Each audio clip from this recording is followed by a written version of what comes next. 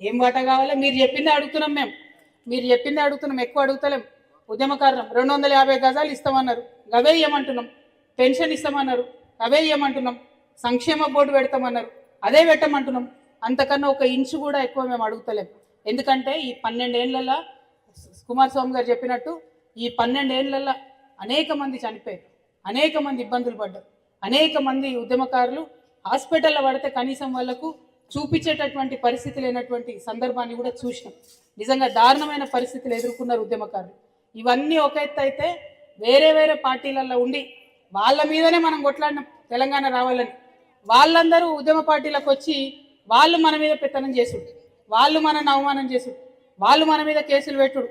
సెక్రటేరియట్లకు పోతే ఇక్కడ మీకేం పని, ఉద్యమం అయిపోయింది అన్నటువంటి మాటలను చాలా మంది ఇప్పటికి కూడా గుర్తు చేసుకుంటారు. అదేవిధంగా వేరే వేరే పార్టీలకి వెళ్ళి వచ్చినటువంటి వాళ్ళు మరి ఏమన్నారు అన్నాడు, ఉద్యమకారులంటే ఉరికించి కొడతామన్నారు. అయినా సరే మన ఆత్మగౌరవాన్ని అణచివేసుకొని తెలంగాణ రాష్ట్రం అభివృద్ధి కావాలని ఓపిక బట్టి వెయిట్ చేసినాం. మరి మన ఓపికను, మన సహనాన్ని అన్నిటినీ కూడా రాజకీయంగా ఇలా లబ్ధి పొందినటువంటి కాంగ్రెస్ పార్టీ కనీసం ఒక పిలుపు కూడా లేదు. ఉద్యమకారుల సంక్షేమ బోర్డు పెడతామని ఒక కార్యాచరణ లేదు, ఒక ప్రకటన లేదు. మొదలు ఒకసారి అప్లికేషన్ పెట్టుకోమన్నారు, అప్లికేషన్ పెట్టుకున్నాక ఇప్పుడు ఏమంటున్నారు, ఒకసారి అప్లికేషన్ పెట్టిరు మీకు చాలా మందికి కేసులు లేవు అంటారు. కేసులు అందరి మీద ఉంటాయా? ఉద్యమకారులందరి మీద అందరి మీద ఉంటాయా? ఉండయి కదా. కానీ ఏ ఊరికి పోయి అడిగినా ఇగో అందరికన్నా ఎక్కువ ఈయన కొట్లాడిందని ఓ 100 మందిని చూపిస్తారు.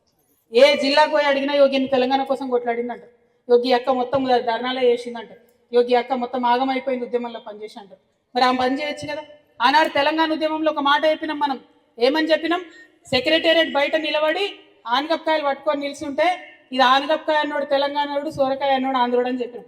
గట్లనే ఇవాళ ఏ నియోజకవర్గానికి ఆ నియోజకవర్గానికి పోండి, ఎవరికి తెలంగాణ కోసం కొట్లాడింది అని అడగండి, అందరు వచ్చి చెప్తారు. వాళ్ళ పేర్లే రాసుకోండి, వాళ్ళకే ఇవ్వండి, వేరే కాదు.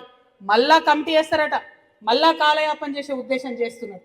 కమిటీలు జాంతానై ఉద్యమకారుల లిస్టు బాజాప్తా ఉంది అందరి దగ్గర. లేకపోతే కరీంనగర్ తెలంగాణ ఉద్యమకారుల ఫోరం పక్షాన కరీంనగర్ డేటా ఇవ్వండి. అట్లా ఏ జిల్లా కా జిల్లా డేటా ఇవ్వండి, అవన్నీ కలిసి పోయి ఇద్దాం, ముఖ్యమంత్రి గారి కార్యాలయం ముంగట వేద్దాం. ఇగో గిది డేటా, ఇగో వీళ్ళు ఉద్యమకారులు, వీళ్ళకి ఇమ్మని అడుగుదాం, బాజాప్తా అడుగుదాం.